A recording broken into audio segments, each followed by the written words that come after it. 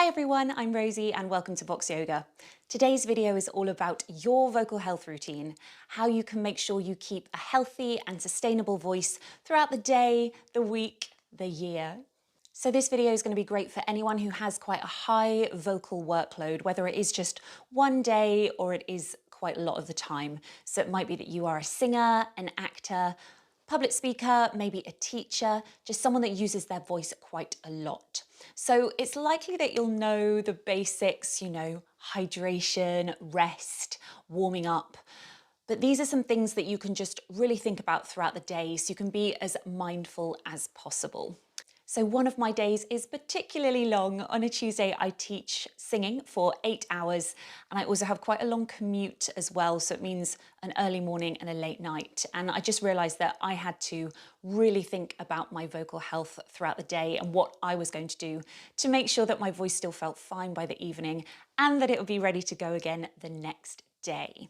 If you do feel like you need a bit more support on what your warm-up might consist of, then I've got a video for that as well. You can check that out. I'll link it above.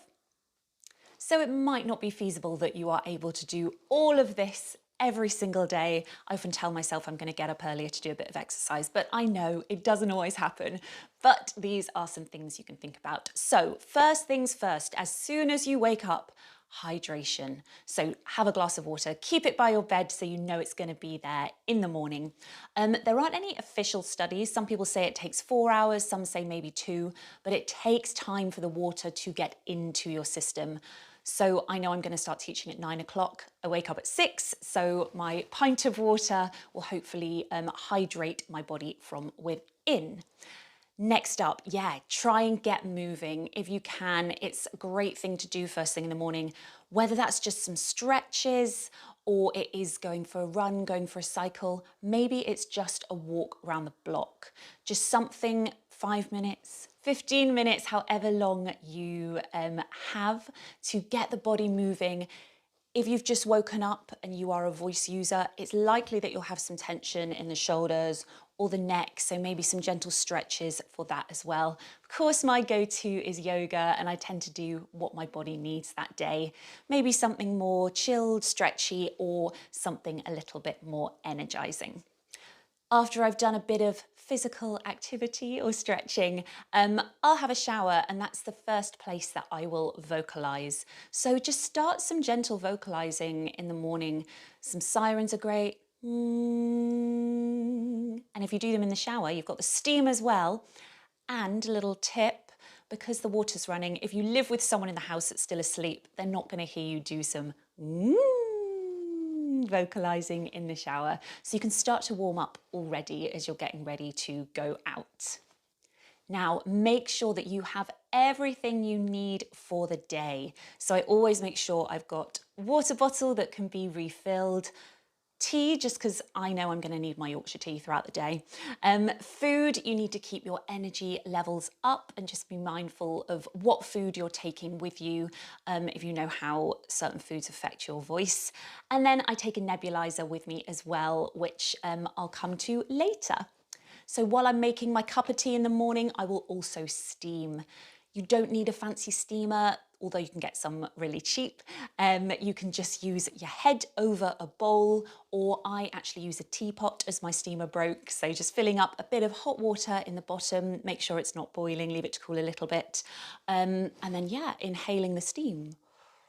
And that's going to get to your throat, your vocal cords, that area a lot quicker than the water will. So that's like topical hydration. So at some point you need to make sure you have a vocal warm-up. I actually start mine in the car. So I have a commute from Brighton to London that's just over an hour. So I will do more of my SOVT, things like that are great to do in the car. Be mindful of how you're sitting, and of course if you're looking to check your blind spot, so you don't want to be doing the high energy type of warming up there, but it's great to just do some vocalizing. Again, don't think I'm crazy. You can do it walking down the street, some of these vocalizings, because they don't need to be loud. They are a gentle warm up for your voice. On the tube as well, if your train's a little bit louder, especially if you're wearing a mask, you can do a bit of this vocalizing. So I'm actually speaking more than I'm singing throughout the day. So I need to make sure that my speaking voice is really solid. I've got good adduction, good contact between the vocal folds. That's what's going to give me the clearest, healthy sound. Doing some ah, 1, 2, 3. Things like that I can do in the car. But then I'll just go to the staff room as well, have a chat to some people before I go to my teaching room. So when I am at my teaching room, again, I'll probably just take 10 minutes to do some more focused vocal exercises for what I need. You'll know what you need. Again, you can check out my warm-ups if you want some tips of what to do, as that will be different if you are speaking, teaching, singing. Now, I quite like my schedule, although it's quite a long day, because I do have a little gap between each hour. This is actually because of COVID and the changeover. Before we would just keep going on through, but I think it's better for my voice now to have these gaps. So when you do have a break, what can you do? One of the main things is going to be rest. Rest your voice. Just taking a bit of time to let the vocal cords settle back in is going to be really useful for sustainable voice use. Another thing you can do is make sure you are checking in with the body. If you've been sat down or maybe in a certain position for a long amount of time, get moving. And it's great to get moving whilst you are doing your activity if you can. If you're teaching, make sure you're standing up. If you're stood in one place, just checking in that you're not locking the knees, tilting your pelvis too much one way or the other. So just, yeah, do some stretches. It might only be 2 minutes, releasing the shoulders and the neck, walking around the room, go for a walk around the block again, and your voice will be very thankful because, of course, your voice is an instrument. Everything is connected. So I mentioned nebulizing earlier as well. So this is like a portable steamer, but it uses cold solution, water, whatever you're putting in it, that again, it gets straight into the mouth, the throat, the area around the vocal folds to keep that moist and hydrated. So this nebulizer, I use a 0.9% solution that has been made to match what is going on around the vocal folds. Depending how much time I have, I'll just do it for 5 minutes, 10 minutes, or maybe 15, depending what I need that day. Some of them can be quite expensive, but you can get some cheap ones too, and I would really recommend it because they're great for on the go. Some other things to think about throughout the day is, like I said, if you are sitting, making sure you're checking in with your posture. So if you're sitting at a piano or at a desk, just making sure you've got a suitable chair, or that you are, again, being mindful of how you sit or stand. Sometimes I'll find throughout the day, if I've had to demonstrate something that's maybe a bit higher, a bit more energetic, that afterwards I'll just need to, in my break, do some almost starting my cool down a little bit early. Or maybe if I know my next student is a soprano and I might be working with them on more higher repertoire, then I'll just do a few maybe arpeggios to take up my range. So it's fine to do a bit of vocalizing in those breaks if you feel like you need a reset.